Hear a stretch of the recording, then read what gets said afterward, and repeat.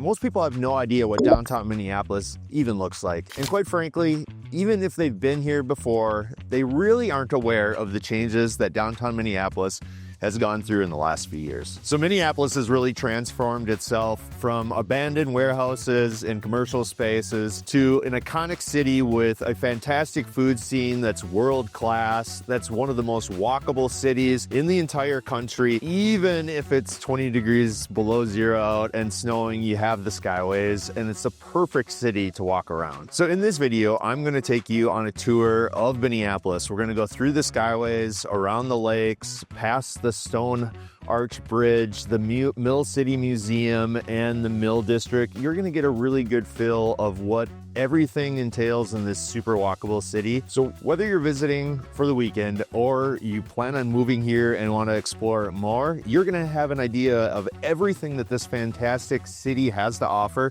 So let's get this tour started. So step one, let's get some clarity on, what Minneapolis is, right? It's in the frozen tundra, if you will, all kidding aside. But the beautiful thing about downtown Minneapolis is all the Skyways, the sporting venues, right? There's 3 major sporting venues. There's a lot of arts, from the Guthrie to the Walker Art Museum, and it's very, very, very walkable, which I think is the most important thing that you have to keep in mind. And it's walkable at any time of the year because of the Skyways or because of the outdoor parks and all the walking trails that we have. There's 22 lakes, there's thousands of miles of walking trails, there's 18,000 acres of parkland. So there's just so much to love about the city of Minneapolis, and I can't wait to show you guys on this tour. If we haven't met yet, my name's Jason Huerkamp, and I'm a real estate agent here in the Twin Cities. And a lot of what we do is to help people understand various suburbs, various cities,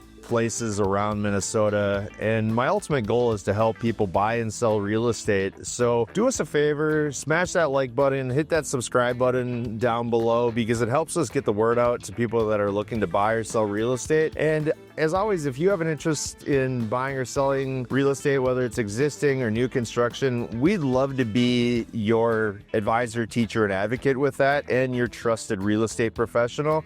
So get a hold of us in the link down below, and we'd be happy to help you out on whatever real estate needs you might have, even if it's just a simple question. We'll look forward to hearing from you. So right now, we're driving along Minnehaha Creek. And Minnehaha Creek, what's really cool is it flows from Lake Minnetonka, which is the biggest lake, at least in the Twin Cities, and the most sought after lake as far as recreational purposes, and also where the most expensive homes are in the entire state of Minnesota. But the great thing about Minnehaha, the park area around it, because most of it is park area, at least when you get into Minneapolis, is there's streets that you can see are very tree lined. Yeah, there's no leaves on the trees right now. However, with the streets being very tree lined, it's a great place because they have walking trails, biking trails, and it really gives you a sense of kind of community and being in a park-like setting, even though you're in the heart of a large metropolitan area. So we're turning on 50th, and you can see we're on Minnehaha Parkway here. All right, so right now we're driving on the east side of Lake Harriet, and Lake Harriet is one of the further southern lakes, at least in the chain of lakes. The chain of lakes are comprised of Lake Harriet, Bade, Makasaka, which used to be called Calhoun, and then Lake of the Isles. You can see there's walking paths that closer to the lake. Additionally, from there, very tree lined. If you were driving down this in the summer, there's a canopy of trees, right? But the one cool thing that a lot of people don't know about Lake Harriet is in the winter, the lake actually freezes, and you can, believe it or not, you can drive a car on it. And in fact, if you get enough ice, you actually could drive a full semi-truck on it. So continue to drive around, and we'll kind of get an idea of what some of the houses look like too, a view of some of them. And there's from rental apartments and so forth that you can, if you want to get a taste of what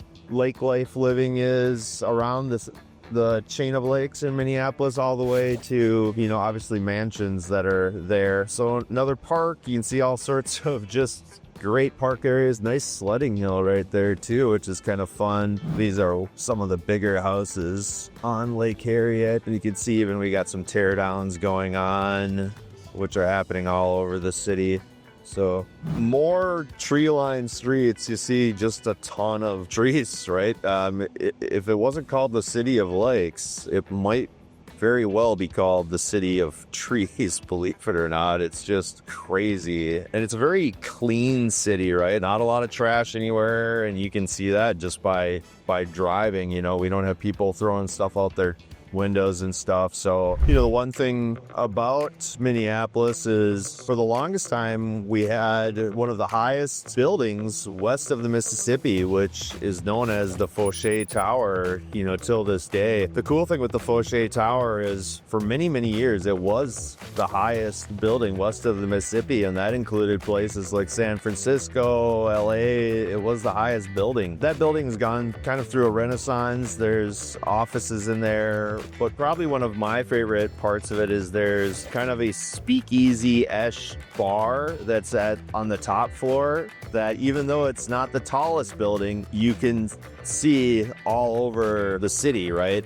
You know, from that building, at least downtown, immediate downtown. We're gonna get a little bit better view as we get closer here. So, you know, really there's an easy transition from the lakes, which are predominantly in South Minneapolis, to all of the really cool things that are downtown Minneapolis, whether it's Target Field, whether it's Target Center, whether it's US Bank Stadium where the Vikings play. You know, Target Field's where the Twins play. Target Center is where the Timberwolves play. You know, we're coming up right now on the Walker Art Museum, which is an iconic art museum, the biggest one actually, I think, in the city. They have over 15,000 pieces, and probably, you know, one of the cooler things is what we're coming up on right now is the Minneapolis Sculpture Garden. It's over 11 acres. There's some very iconic statues. Like I haven't seen the purple chicken there, but we have a blue and purple chicken, so we'll go with purple. And then you have the spoon and the cherry, which is one of the most photographed sculptures actually in the entire country. Again, the nice thing about the Walker Art Museum or the Sculpture Garden is, you know, right near it we have a lot of housing options, and, you know, believe it or not, there's some really expensive homes that are right near here, and the most expensive homes that are not actually, you know, on the lake itself. So universities and schools are really important, and right adjacent to the Minneapolis Sculpture Garden is Dunwoody Institute of Technology. And the cool thing there is they help people get into the trades, whether it's electrician, a plumbing, a heating and air professional. Really interesting as far as they're very old and historic. They're over 100 years old from what I can remember. And then we got, you know, the Blake School right here, which is a private school. There's quite a few actually private schools in Minneapolis, St. Paul. Not that you can't go to the public schools, they're just fine, but you have all sorts of private schools too if that's more your flavor for the education of your children. Right now we're on Kenwood Parkway. The Kenwood neighborhood, which we'll drive up into, sits up on a hill overlooking downtown. And you know, the Kenwood neighborhood, you know, entry-level homes are gonna be high six figures, and then we have homes in there that are going to be all the way up into multiple millions of dollars. So yeah, we'll go into Kenwood quick, take a look around that. For the most part, you have some townhomes, not a lot though. Most of it's single family, like, and you can see some very iconic homes, really cool. Again, a lot of different architecture. They're mixing some old with the new, even though they're sometimes not used. We have these historic water towers that, you know, luckily the city doesn't rip down. You might not realize that that's a water tower, but that's what it is. Some of them are actually still in use, but I really love the architecture and then the amount of park space. You know, in Minneapolis too, there's housing of really all price points. You can have single family homes that are as inexpensive as, really probably a couple $100,000. And then you can have homes like we have around the lakes and in Kenwood here that were, a lot of them were mansions of the gilded golden age, right from like that late 1800s to the 1930s, and then everything in between. So there's housing options no matter what your price point is here in Minneapolis. And we're going to be driving down Dunwoody Boulevard, which is named after the school. It's the technical college that's the oldest technical college for sure in Minnesota. But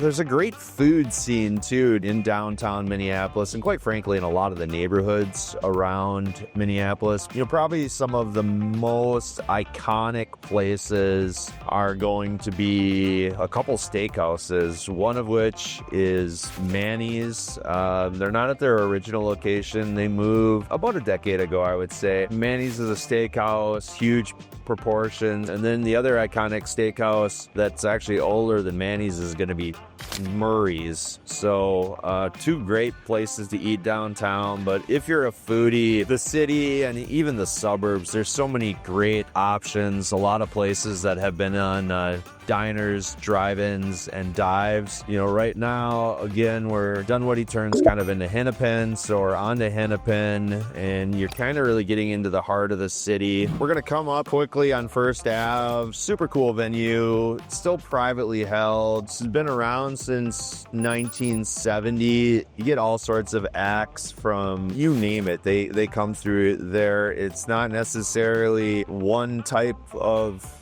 genre or the other. It's all genres come through there. So I think that's what really makes First Avenue very unique. And then, if you are a really, really big performer, the cool thing is they have a bunch of stars of the various artists that have performed there, Ray Charles, Soul Coughing. I mean, it's Prince, he's got the only gold star on there. And then right here, we're at Target Center right here, and that's where the Timberwolves play. So we're on 4th Street here. We're going to be coming up on the City Hall for the city of Minneapolis, which is a very iconic building that, reminds me of almost Hogwarts from Harry Potter, if you will. So we're coming up on City Hall here. Here's City Hall. Again, you can see why I say it kind of reminds me of Hogwarts a little bit. I mean, super iconic City Hall for sure, And then